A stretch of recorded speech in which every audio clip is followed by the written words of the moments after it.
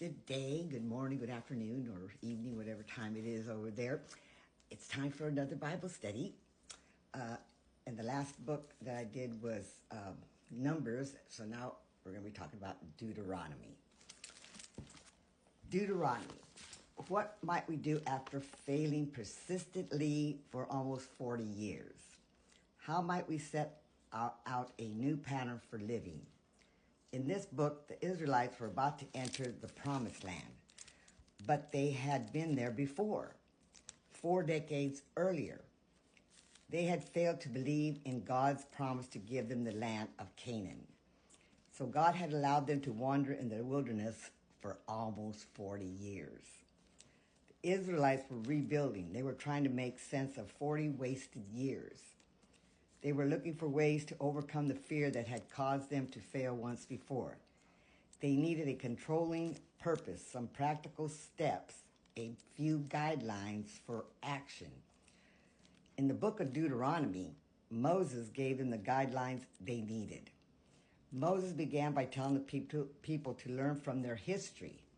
He reminded them not only of their past failures, but also of God's mighty acts on their behalf.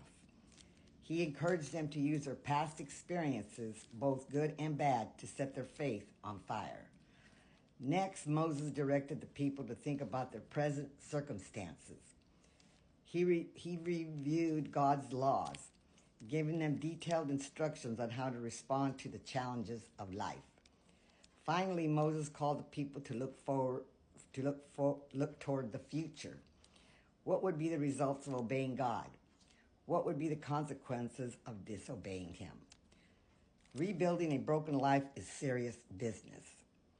In Deuteronomy, God gives that subject his full attention.